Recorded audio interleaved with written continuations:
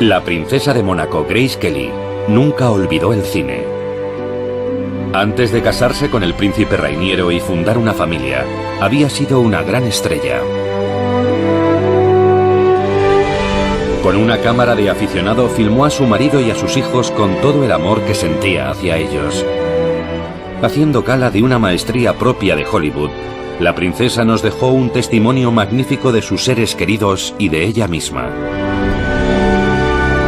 Se trata de unas imágenes inéditas que se guardaban en el Palacio de los Grimaldi y que hoy ven la luz por primera vez.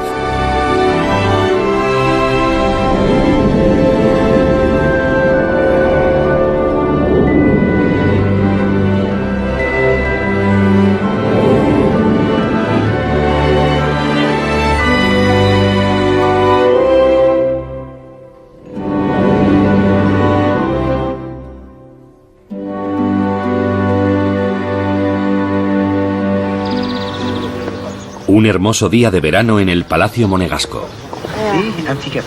¿Cómo se llama el abuelito? ¿Cómo se llama? Monseñor. ¿Quieres un poco más? El hijo de la princesa Carolina, el pequeño Andrea, hace las delicias de toda la familia. ¿Un poco más? ¿Cuánto zumo de naranja has tomado? Gracias. ¿Gracias qué más? Gracias, bebé. Los Grimaldi hicieron una piña en torno al príncipe Rainiero, que seguía trabajando sin descanso. Sin embargo, estas imágenes dejan ver una tenue melancolía. Nadie había podido olvidar a la ausente.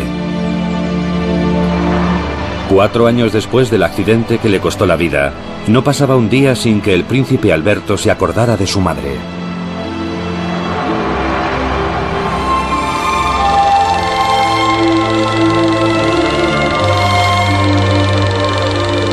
Los hijos no siempre fueron conscientes de la belleza de su madre.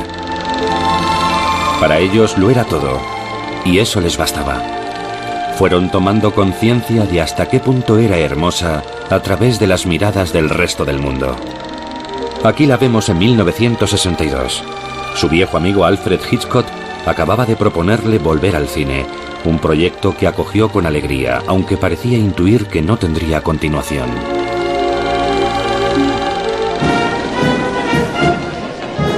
La boda que hizo soñar al mundo entero fue una prueba para los jóvenes novios.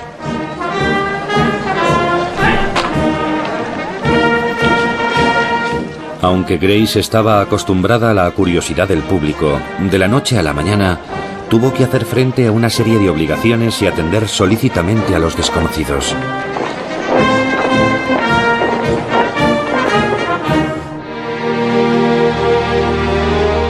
Su sensibilidad natural, su miopía severa, su todavía incipiente francés, dejaban entrever cierta angustia en el deseo profundo de hacerlo bien.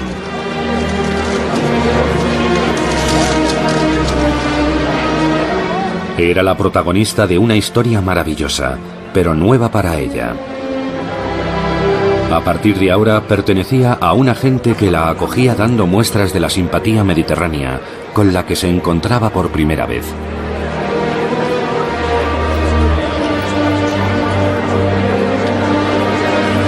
Ya había conquistado Hollywood. Ahora se enfrentaba a un guión misterioso, a un público insólito, y tenía que descubrir el papel de su vida.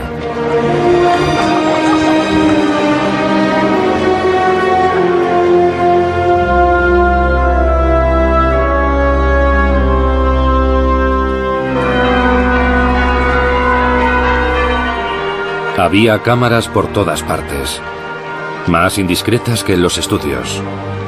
La película se emitía en directo en todas las cadenas de televisión, para las que el acontecimiento suponía todo un logro.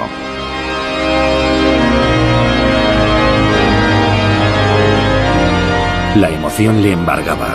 Apenas se escuchaba su voz.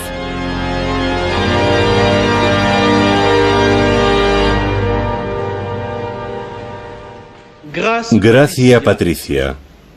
¿Quiere como legítimo esposo a Rainiero Luis Enrique Magencio Beltrán, aquí presente, según el rito de nuestra Madre Iglesia?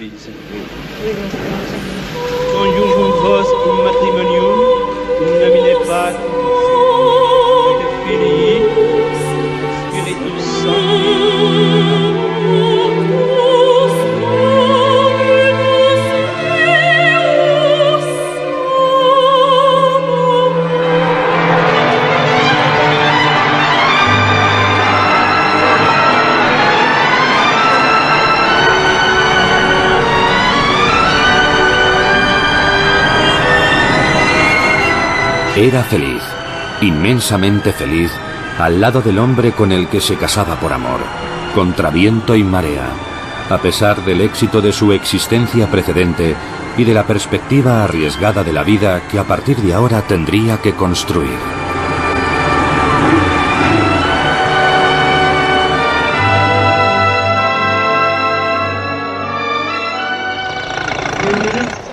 La familia Kelly le había proporcionado una base muy sólida. Su padre Jack era un hombre que se había hecho a sí mismo. En plena ascensión, se casó con Margaret Mayer, una de las modelos más prometedoras de Filadelfia.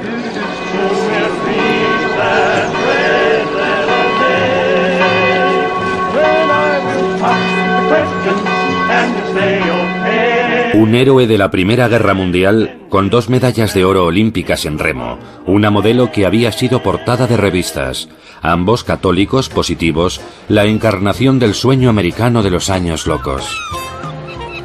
Pero el carisma de los padres es un desafío para los hijos que quieren sentirse amados.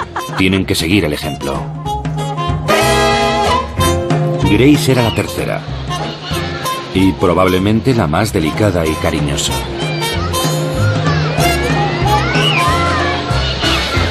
Le costaba un poco imponer su particular carácter sensible. Desde muy pronto, se sintió atraída por la poesía y el devenir secreto de los sentimientos.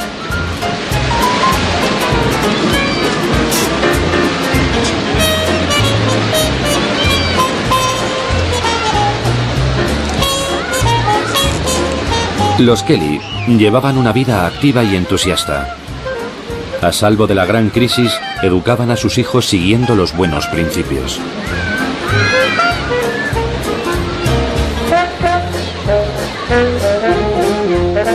La confianza era la regla de oro. Pero con un padre tan emprendedor y una madre que lleva la casa con tanta energía, la adolescencia trae consigo el sueño de descubrir otros universos donde reafirmarse libremente, tal vez para hacerse merecedor de su amor.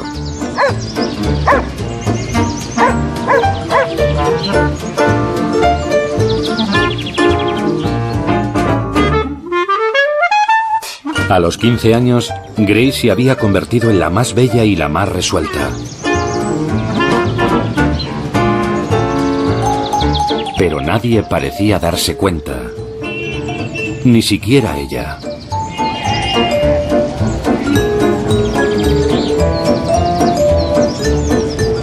Sí, marcharse. Marcharse un tiempo para regresar mejor.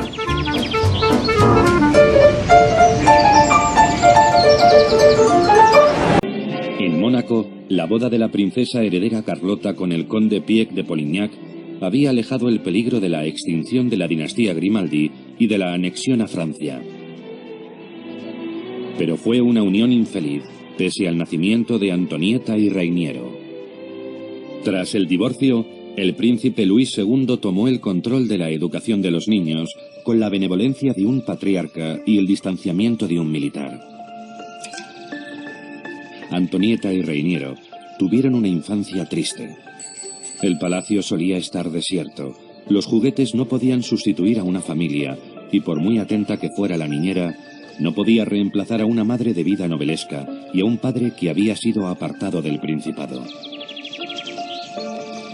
Reiniero, un niño tímido muy afectado por la separación de sus padres, se hizo a sí mismo sin quejarse. Como era muy dócil, subestimaron su inteligencia y la fortaleza de su carácter. Ignoraban el apego que sentía por lo que mejor conocía, Mónaco y los monegascos. Nadie sospechaba los sueños de esplendor y revancha que cultivaba en secreto.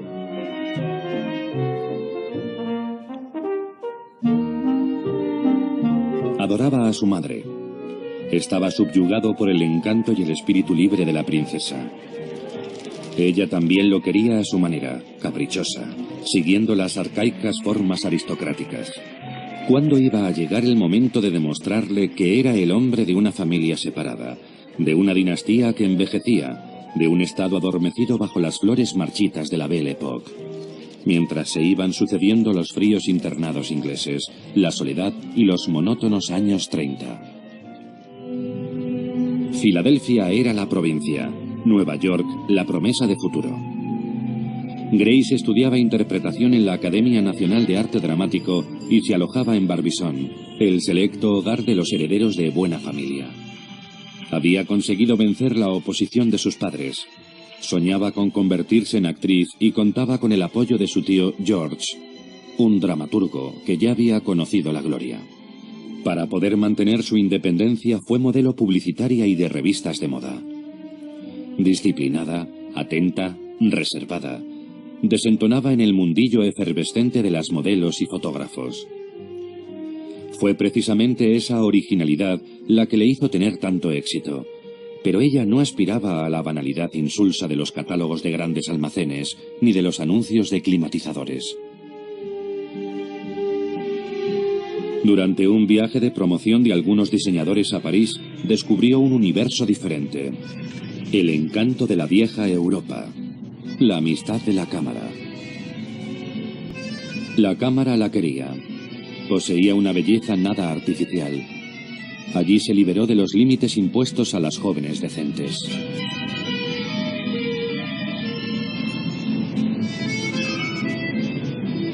Pero Grace seguía buscándose entre la imagen de Marilyn, a quien intentaba parecerse, y las actrices de teatro romántico, en donde empezaba a despuntar para los críticos. La televisión, que se desarrollaba a pasos agigantados, le ofreció la primera oportunidad de verdad.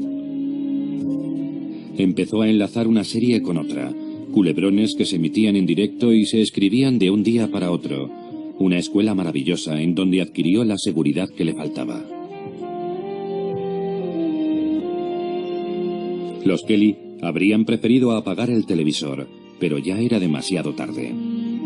Los cazatalentos de Hollywood vinieron para hacerle una prueba a la chica de la que todo el mundo hablaba. Sorry. Guess I ain't never had much time for girls, that's all. Oh, now you're talking silly. Girls is one thing there's always time for. Yeah. Well, the truth is, maybe the ones I wanted never had much time for me. Oh, perhaps you're a bit short on confidence, but that's no serious matter. Some men never have it until one day they meet the right girl, and then... You just haven't met her yet, that's all. Tras la muerte de su abuelo, Reiniero se convirtió en príncipe soberano de Mónaco. Su valentía en la guerra y su juventud disiparon las dudas surgidas durante la ocupación. Pero el principado ya no era el decorado ideal para grandes duques arrolladores ni aventureros de altos vuelos. Crisis económica, intrigas políticas, codicia extranjera. Reiniero se concedía algunos momentos de descanso para poder resistir. Hacía amigos, no estaba solo, compartía su vida con la actriz de teatro Giselle Pascal. Muy famosa y solicitada, era una joven con muchas cualidades que compaginaba a la perfección la fama de su carrera con la discreción de su relación amorosa, pero en un momento dado creyó ser estéril. Y se lo dijo cariñosamente a Reiniero. Ni el apego que sentía hacia los animales, tenía el don de domesticarlos, ni las responsabilidades exigentes, le hicieron olvidar que estaba obligado a garantizar el futuro de la dinastía. Además, a Reiniero le encantaban los niños. Satisfacía la necesidad de afecto con los hijos de su hermana Antonieta, pero no era suficiente para el que estaba considerado como el mejor partido de Europa. Él sabía que las actrices podían ser muy sentimentales. Grace iba con frecuencia al chalet de Ocean City. La fuerza de los vínculos familiares y de la solidaridad Kelly se hacía más intensa, como si no fueran conscientes de que su carrera hacia Hollywood iba a toda prisa. Pero ni sus hermanas, tan prudentes y formales, ni su hermano sobre quien recaían los planes paternos, ni sus padres, que veían el cine con recelo, eran ajenos a la metamorfosis.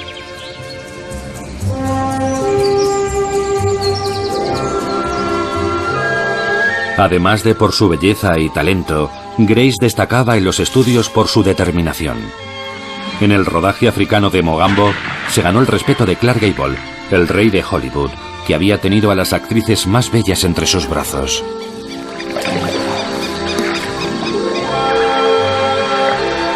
Todos esperaban una fuerte rivalidad con Ava Gardner, que no paraba de ligar con los indígenas, a quienes comparaba con su pobre marido Frank Sinatra. Pero desde el primer momento, entre la morena ardiente y la rubia etérea, surgió la amistad.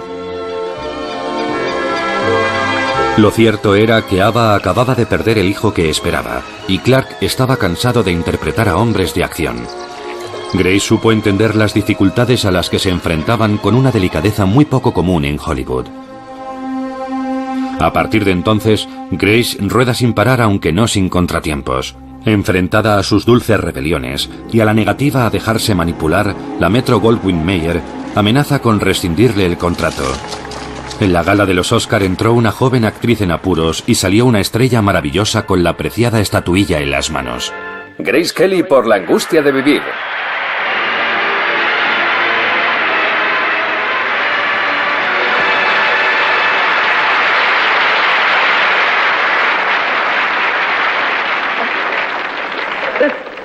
Estoy tan emocionada que no consigo hablar. Doy gracias con todo mi corazón a todos los que me han ayudado a conseguir este premio.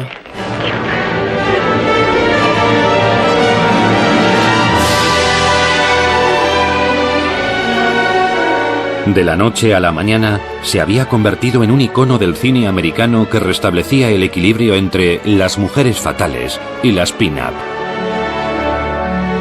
Fue portada de Time, un hecho inaudito. Pero no cabe duda de que fue Alfred Hitchcock el que mejor la entendió. La seducción bajo la máscara de glamour y el fuego bajo el hielo.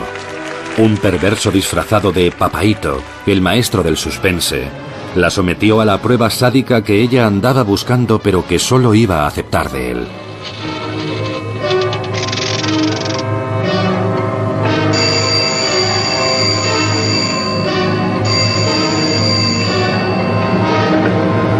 Hello?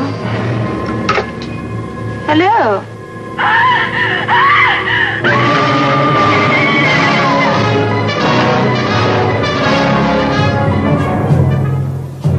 Grace se lo puso difícil.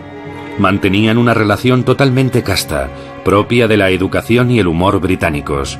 Pero en la pantalla se instaló una tórrida relación entre un viejo atormentado por el deseo y una joven que quiere gustarle.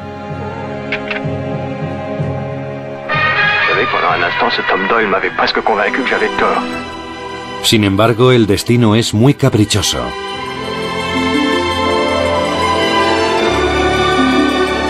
En el rodaje de Atrapa a un ladrón, Grace descubrió Mónaco. Y en medio de este ambiente de intensa complicidad, en medio de esta comedia púdica del amable papá y la dulce hija ideal, Hitchcock la confió a su doble Cary Grant, con quien rodó los besos más hermosos del cine.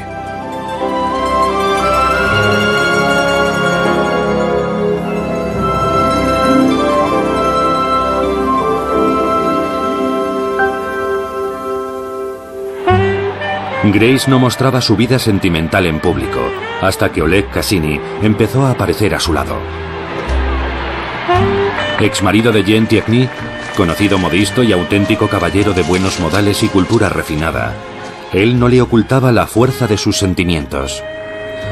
Con Oleg la vida era una fiesta, viajes, conversación, galantería, placeres compartidos. Nadie puede resistirse a un hombre con tanta clase. Pero ¿cómo iba a convencer a los Kelly para que aceptasen la boda con un divorciado que trabajaba en la moda y que ni siquiera era católico?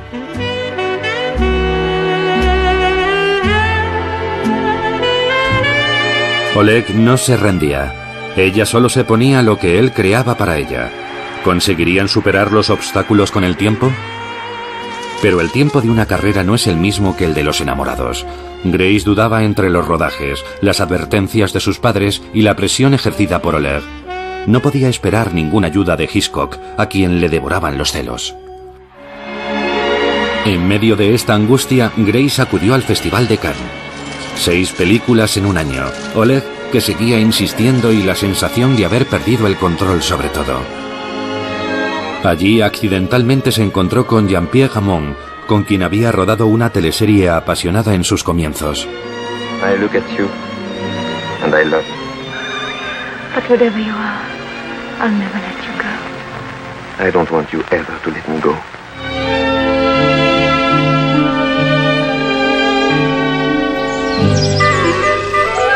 El actor francés se convirtió en el acompañante ideal. El festival hizo que quedasen atrás todos los hastíos para dar paso a un delicioso idilio de verano.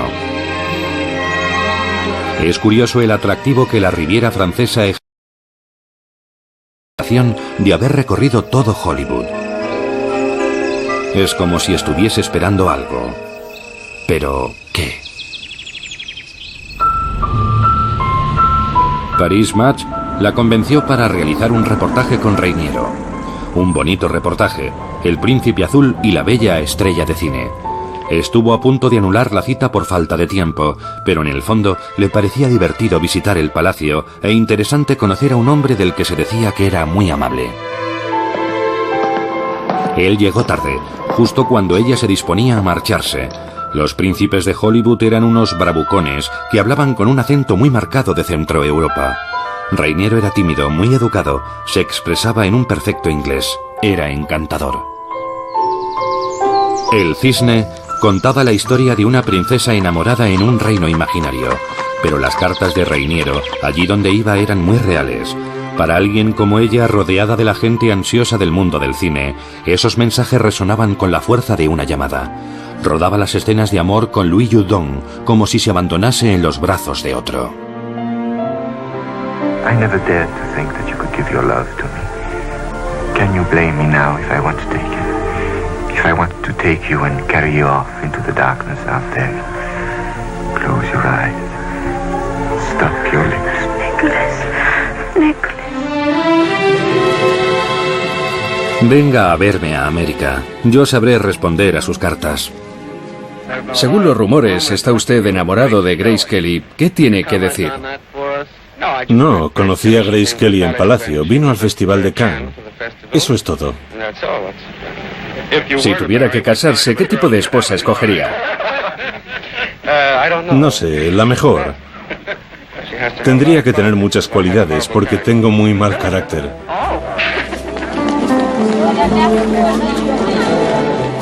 El anuncio del noviazgo fue todo un bombazo.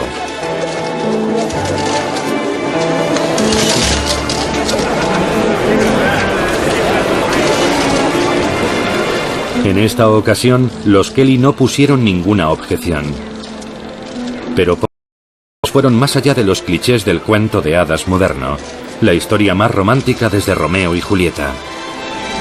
La mayoría se cuestionaba sobre la rapidez inaudita del acontecimiento.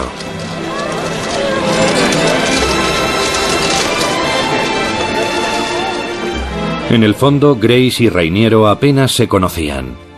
Querían correr el riesgo de saltar juntos hacia lo desconocido para romper con el pasado. Pero, ¿quién sujetaría la mano del otro con más fuerza? En el baile del Waldorf, en el que se concentraba toda la jet set neoyorquina, Grace ya sabía que estaba diciendo adiós a la alta sociedad americana que casualmente iba a interpretar en su última película. Él había cruzado el Atlántico para ir en su búsqueda, pero era ella la que había recorrido el camino más largo para llegar hasta él.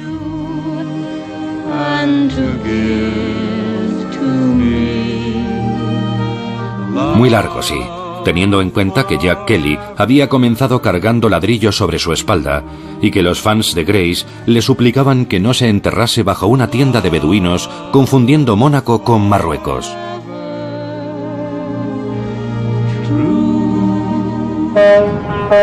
La salida de Nueva York transcurrió en un ambiente de locura e histeria, muy diferente al alborozo programado de los estrenos de Hollywood.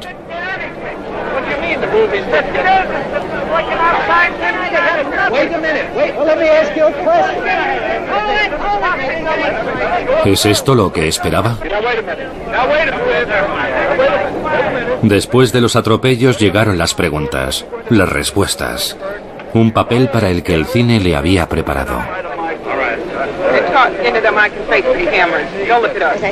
Realmente soy muy feliz. También estoy triste por marcharme, pero espero venir con frecuencia. Para Grace, que tanto creía en las señales del destino, esta salida, rodeada de tanta locura, era un presagio angustioso. Esperaba reconstruir su vida en la tranquilidad y la confianza, dejando sitio a los sentimientos, y ahora tenía la sensación brutal de haber dejado de pertenecerse. Quería evadirse hacia la luz. Y se marchó, en medio de la niebla.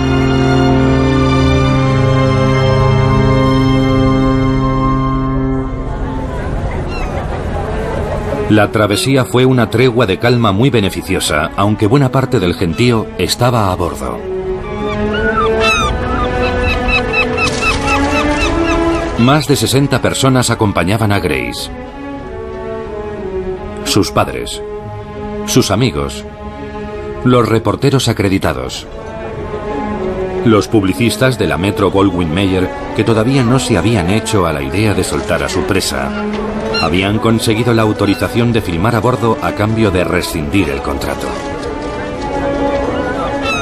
Grace respetaba demasiado el trabajo de los demás. Todavía creía que los periodistas tenían algún derecho sobre ella y se había convencido de que las cosas cambiarían poco a poco, para bien, no para mal. Rainiero le telegrafiaba todos los días. Todo estaba listo para su llegada. Había dejado a su familia por el cine y el cine por él. Estaba segura de que no la decepcionaría.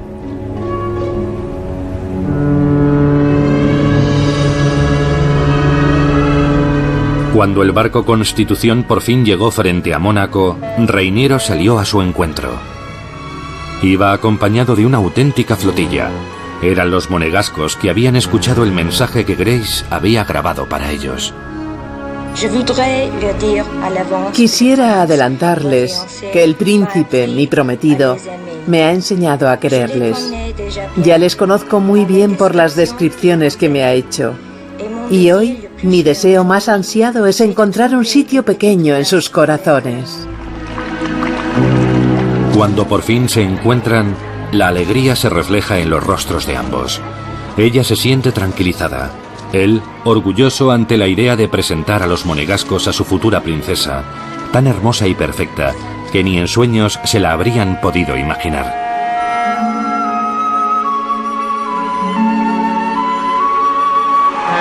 Había un inmenso gentío. ¿Cómo podía haber tanta gente en un país tan pequeño? No había nada que lamentar. Pero en su constante deseo de hacerlo todo siempre bien, Grace empezó a cuestionarse algo que ya nunca dejaría de preguntarse. ¿Cómo iba a hacer para darle a cada cual lo que esperaba de ella?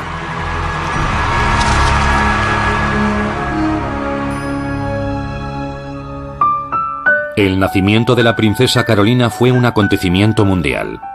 El involuntario pacto con el diablo entre los Grimaldi y la prensa suscitó la curiosidad pública. Ningún bebé había tenido antes el honor ambiguo de ser portada de Life.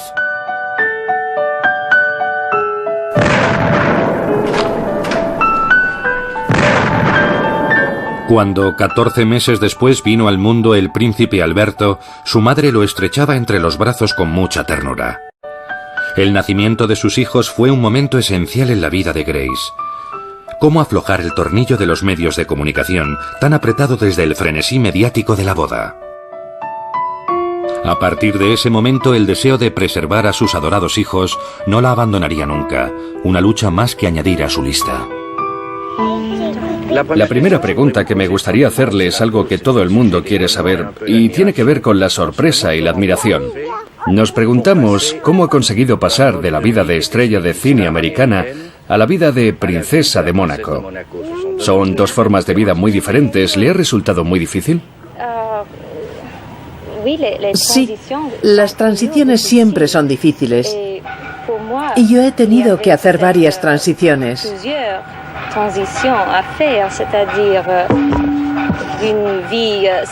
Es decir, he tenido que pasar de una vida de mujer soltera a la de mujer casada.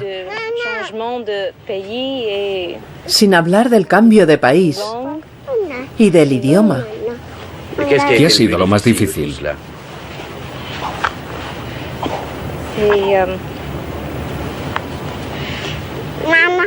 Es difícil de precisar, porque todos los cambios han venido juntos. Fue entonces cuando decidió filmar a sus hijos. Había tenido que exiliarse de su primer reino, el cine. Filmar era una forma de recuperarlo para convertirlo en un refugio secreto en donde guardar todo el amor que sentía por sus hijos. Las películas de Grace no son meras películas familiares.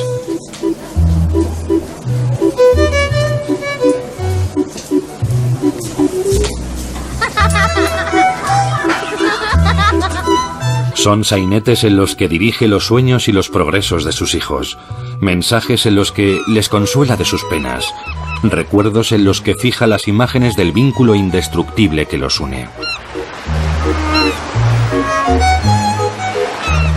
Los niños vivían acosados por las cámaras de la prensa, principitos en representación en actos oficiales. Delante de la cámara de Grace volvían a ser unos niños como los demás, a quienes su madre protegía. Les devolvía su identidad y el respeto al que tenían derecho. Grace no se separaba de su cámara de 8 milímetros. Reiniero había comprendido lo importante que era para ella y se prestaba gustoso al juego. Pero no se trataba de un simple juego.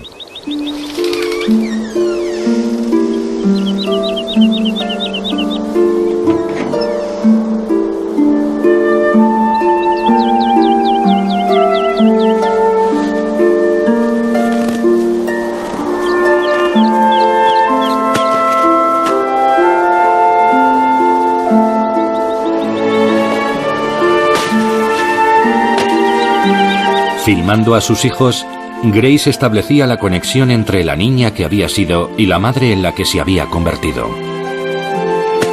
Reflexionaba sobre los caracteres. El de Carolina, con mucho empuje como su padre, el de Alberto, que tanto se parecía al suyo. Ambos eran alegres, inteligentes y vivos, pero expresaban de forma diferente su relación con el mundo. Carolina se enfrentaba a él cogiendo el toro por los cuernos con brío. Alberto lo percibía con dulzura, a través de los sentimientos. En las películas de Grace hay una leve nostalgia del pasado. Los filmaba fugazmente a través del reflejo de un cristal o de un espejo como hacía Hitchcock. A pesar de su corta edad, Alberto lo supo entender muy bien. Era un niño que siempre sonreía a su madre cuando ésta lo filmaba. Grace y Reiniero llevaban a sus hijos con ellos siempre, en viajes oficiales y privados.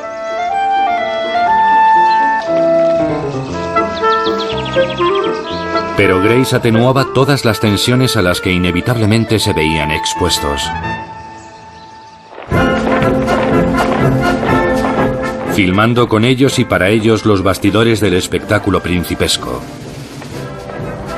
Haciéndolo más familiar, más alegre, en resumen, más humano. Aunque en el fondo ella tampoco estaba muy convencida.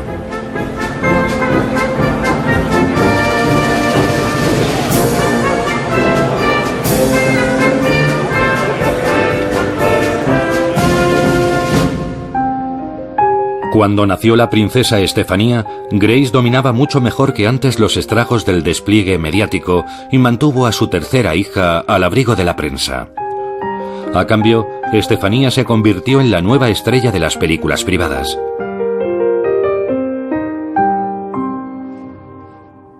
Alberto, que era la ternura personificada con su hermana pequeña, se convirtió en el cómplice perfecto. Grace plasmó la imagen de lo que más tarde y para siempre serían, el uno para el otro.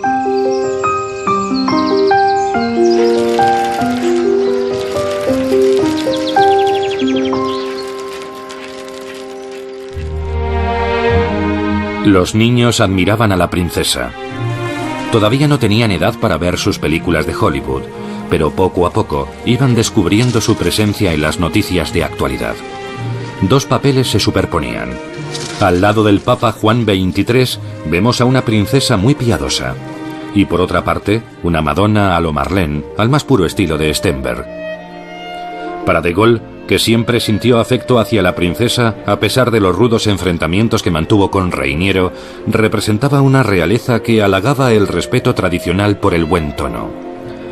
Era el bello cisne del cine con el que tanto había disfrutado cuando le proyectaron la película.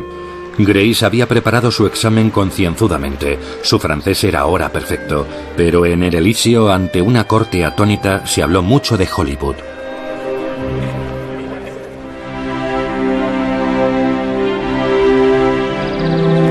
Los Kennedy, una familia irlandesa y católica que miraba por encima del hombro a los Kelly con la arrogancia con la que miran los nuevos ricos a los compatriotas que todavía trabajan. En su residencia se produjo el desquite inesperado de la aristocracia de la vieja Europa que les impresionó y la seducción personificada de la heroína de Hitchcock. En otro tiempo el presidente se habría sentido Cary Grant, Grace iba vestida de Balenciaga, Jackie seguía con Oleg Cassini.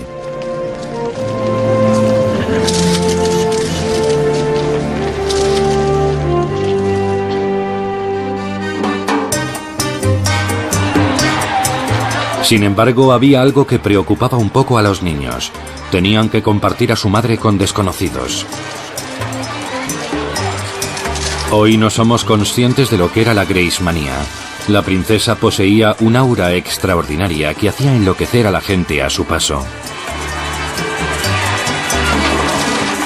Siempre hay algo misterioso en la vida de los padres. Felices por la proyección de la madre, los hijos querían a toda costa que ella sintiese que la querían mucho, en cada momento. Esa pequeña inquietud se disipó con los viajes a Irlanda. Grace les hizo comprender que su popularidad era útil para realzar la identidad irlandesa, despreciada fuera, para que se sintieran tan orgullosos de ser Kelly como Grimaldi.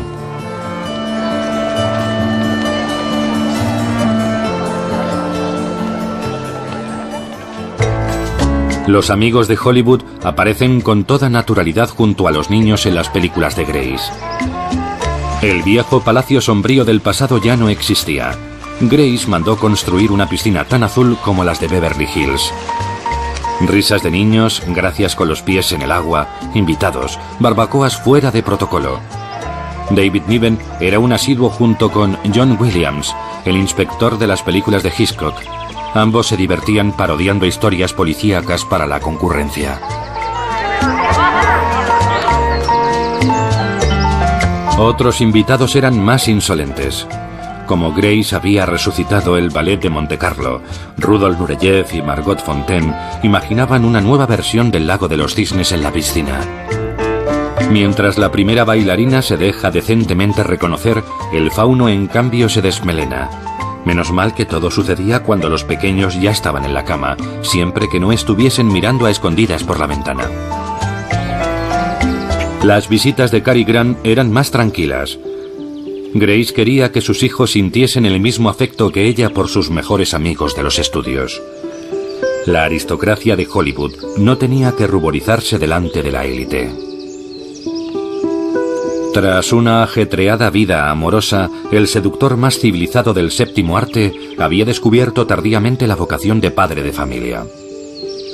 Aquí lo vemos haciendo mimos a su hija, de la misma edad que Estefanía, con una ternura que le aproxima a Grace, igual que sucedía con las carcajadas cuando rodaron Atrapa a un ladrón. Y luego está este señor mayor tan amable que fumaba puros y al que le encantaba gastar bromas a los niños. De no ser porque Grace parecía siempre muy feliz al verlo, les habría dado miedo. Es curioso, con él siempre aparece más alegre que de costumbre. Seguro que es porque se sentía muy querida.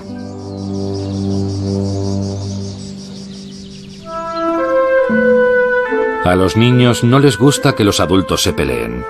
Grace siempre fue fiel a María Callas hasta el final. Nunca hablaba de las discrepancias que separaron a Onassis y Reiniero. Prefería recordar el crucero que hicieron juntos a bordo del Cristina, el yate desde donde el armador griego dirigía su imperio.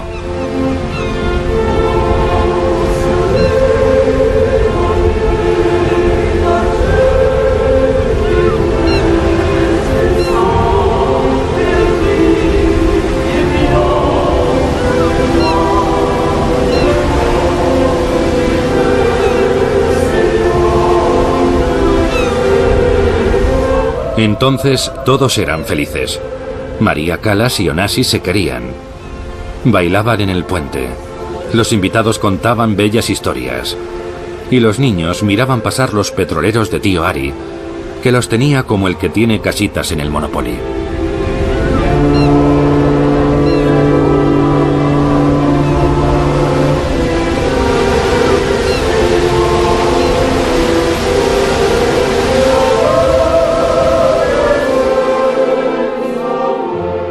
Los niños se dormían soñando con fiestas en donde todos admiraban a su madre.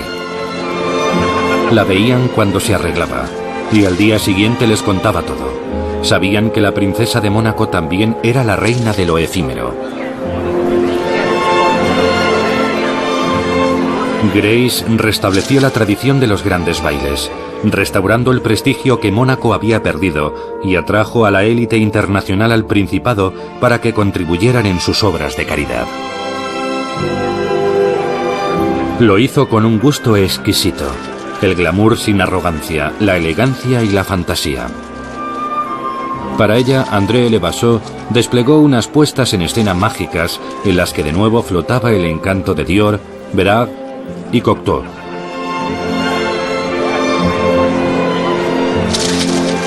Todo estaba organizado a la perfección. Y como siempre había amargados que consideraban que era una frivolidad. Había que conseguir hacer de estos instantes tan frágiles un recuerdo inolvidable. Y a este respecto, el baile con mayúsculas fue el de la celebración del centenario de Montecarlo, en los fastuosos salones Segundo Imperio del Hotel de París. Hélène Rochage, Gina Lollobrigida, la esposa de Kurt Jürgens y la Begum parecían salidas de un cuadro de Winterhalter.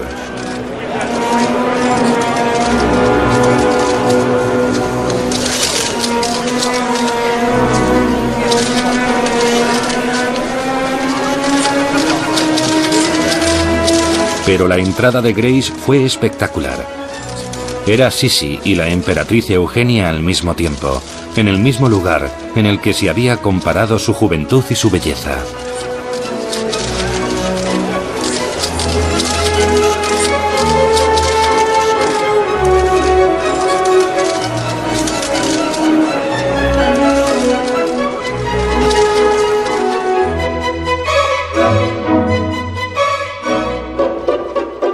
Los niños necesitaban naturaleza y movimiento. Y en Rocagel, antigua granja transformada en una especie de rancho que dominaba el Principado, era donde más a gusto se encontraban. Grace cada vez le tenía más cariño a esa casa donde llevaban una vida familiar sin ningún tipo de protocolo. Pensaba películas para los juegos de sus hijos. Para Alberto, una de indios y vaqueros con sus compañeros de colegio. Para Carolina y Estefanía, La casa de la pradera. Y ella no se esperaba este remake, del Regador Regado.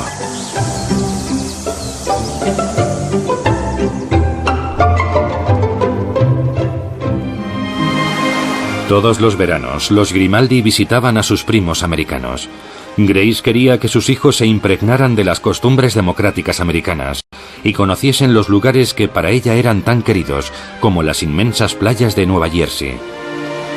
Reiniero ocupaba de forma natural el puesto que había dejado Jack, siempre tierno y atento, y jugaba con Carolina como Jack había hecho con Grace. El deporte era el mejor amigo de los niños. En invierno iban a Villars-sur-Glâne. Como las pistas de esquí eran muy fáciles, preferían estar en la pista de patinaje. Ya no eran pequeños e iban cambiando imperceptiblemente, afirmando su carácter. El de Estefanía ya se anunciaba especialmente original. Y mientras Carolina cruzaba claramente la frontera de la adolescencia, Alberto seguía siendo el niño fácil y encantador que siempre había sido.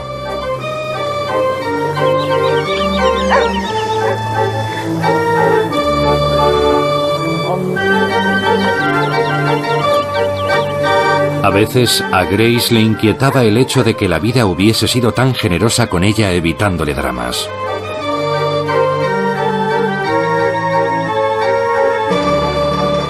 En cuanto a Carolina, no se contentaba con ser una princesa de cuento de hadas, un papel exento de riesgo que en realidad no existía. Los Grimaldi eran gente de mar. Grace se había acostumbrado a los paseos en el pequeño yate donde Alberto jugaba a los corsarios. Carolina cuidaba su bronceado y Estefanía buscaba delfines.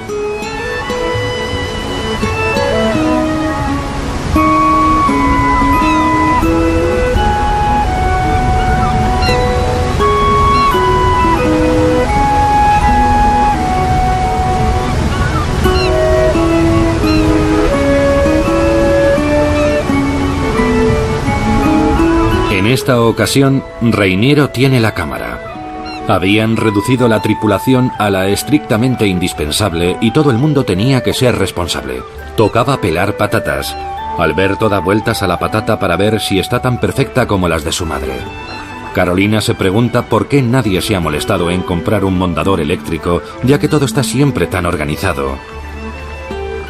Y Estefanía se escapa. Pero como están en alta mar, no puede andar muy lejos. Carolina demostró tener facultades para la danza cuando asistía a las clases de Madame Besibrasova, incombustible heredera de los ballets rusos. Estefanía mostraba un acercamiento, llamémosle más intuitivo. Grace pensaba que había que respetar la personalidad de cada niño, y la de Estefanía le fascinaba. La princesa Carlota vivía en Marché, una propiedad que los Grimaldi poseen en Laon, cerca de París, con un castillo imponente y un bosque profundo. Los niños le llamaban Mamú. Carolina se sentía muy cercana a ella. Quizás no compartiese la forma de pensar de Grace, pero la tenía en muy alta estima. Al final de Lo que el viento se llevó, la impetuosa Escarlata sabe que la dulce Melania es la más fiable e íntegra de todos sus allegados. ¿Y si pasara lo mismo con Alberto? Alberto aceptaba todas las diferencias y siempre optaba por reír en los conflictos, haciendo imitaciones para desarmar a los protagonistas. Precisamente Alberto preocupaba a su madre. Era tan encantador, siempre quería agradarla. Le remordía la idea de no estar prestando atención a los problemas que pudiera esconderle. Nunca había habido la menor discusión entre ellos. ¿Cómo iba a hacerle comprender que algún día tendrían que separarse?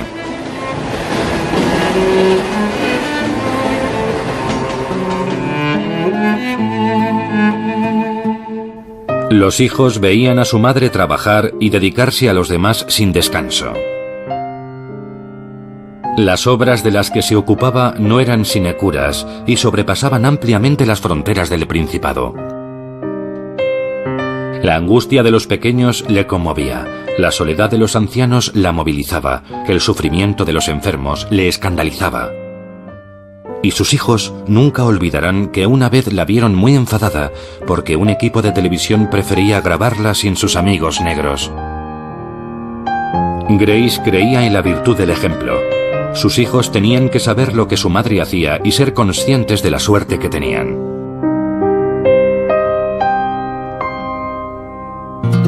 Pero los niños crecían. Habían heredado la belleza luminosa de su madre, el vigor de su padre y los valores compartidos por los Kelly y los Grimaldi. Todavía eran ajenos a las preocupaciones y Grace filmaba sus juegos de adolescentes. No quería avisarles de que a partir de ahora se iniciaba la cuenta atrás.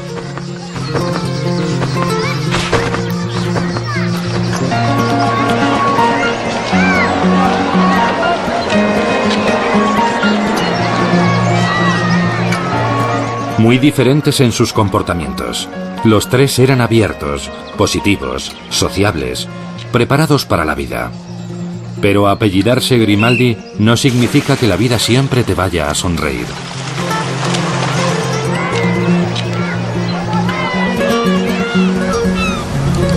Rainiero desempeñó un papel muy importante en la educación de sus hijos, pero era el primero en reconocer que no lo habría conseguido sin Grace, sin su dulce obstinación, sin su absoluta franqueza, sin su voluntad de superación personal.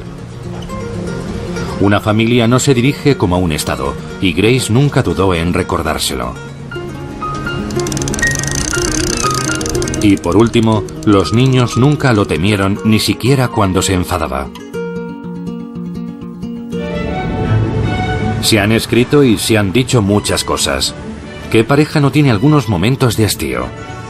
Grace y Rainiero nunca se separaron en lo esencial, y la alegría y el placer de estar juntos volvía al instante cuando se escapaban con sus hijos de las obligaciones de la vida oficial.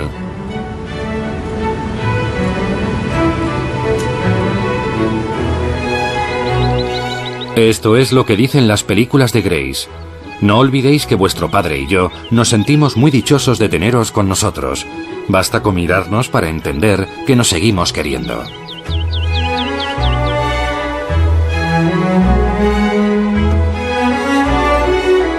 Y sin embargo, Grace nunca se libró de la compañera exigente que le perseguía desde su infancia, la melancolía.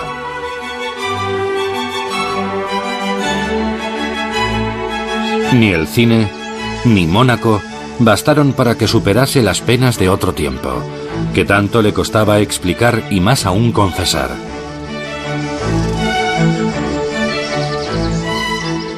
¿Es feliz? He tenido muchos momentos felices en mi vida, pero yo creo que nadie puede vivir en un estado permanente de felicidad. La vida no es así. Creo que tengo el alma en paz. Mis hijos me aportan mucha felicidad y mi vida aquí me da muchas satisfacciones.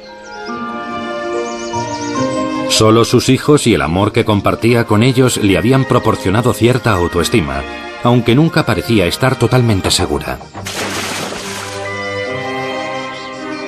Pero pronto tendría que vivir sin ellos.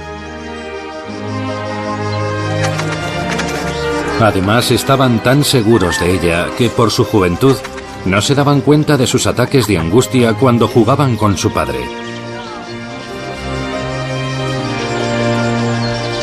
A veces la imagen tiembla un poco.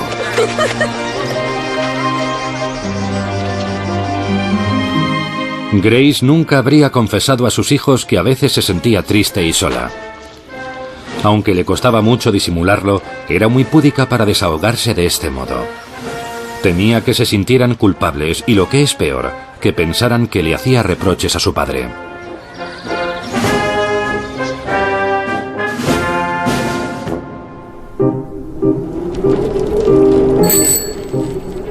Pero el hecho es que en Mónaco, donde todo hablaba de su obra común, los jardines recuperados por la princesa de las flores, las hectáreas ganadas al mar por el príncipe constructor, a veces daba la sensación de que ya no se hablaban como antes.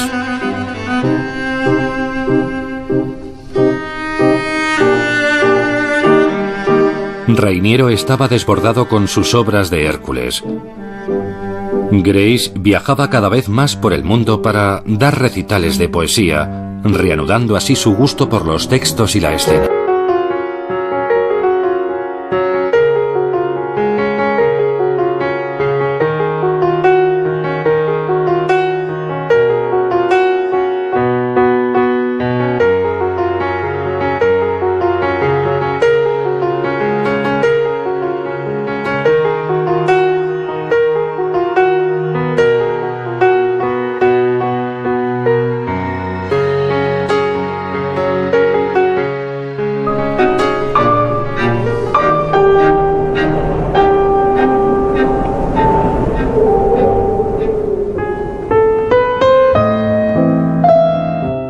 Carolina se marchó.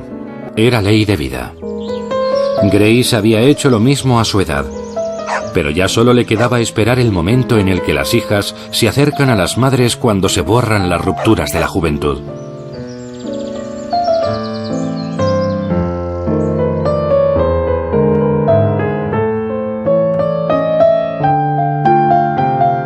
En el fondo, todo eso no era tan grave. Grace pasaba mucho tiempo en Rockagel, inmersa en sus collages de flores. Decían sencillamente que no había renunciado a lo que fue la búsqueda y la razón de su vida. Las flores que se olvidan se marchitan. Las que se cuidan renacen cada temporada.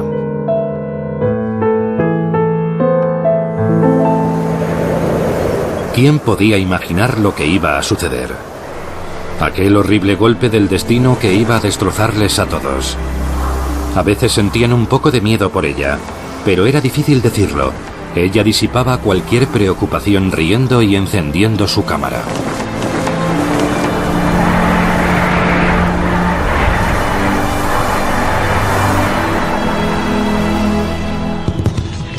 Todos los que conocieron a Grace no se han recuperado aún de su pérdida, pero guardan en el corazón las imágenes felices del último baile en el Palacio de Mónaco. Grace había invitado a sus amigos de siempre. Cary Grant, que vino expresamente de Hollywood. Marie Bell, André Levasseur y Marc Bohon. El Aga Khan y su bella mujer Salima. Fanny Ardern, cuyo padre fue gobernador de Rainiero. La familia real de Rumanía.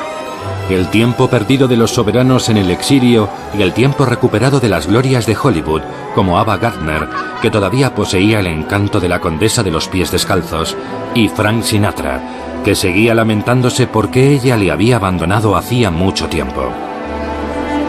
Un baile para tratar de creer que nada cambia, sobre todo las cosas hermosas de la vida, como la amistad, la alegría y el placer de bailar.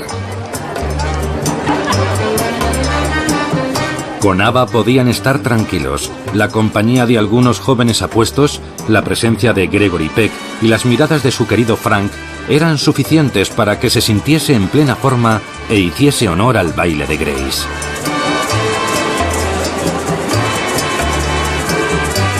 Transmitir la alegría y el placer de vivir a su alrededor. Todos podían hacerlo a su manera, aunque la de Grace no se pareciera mucho a la de Ava.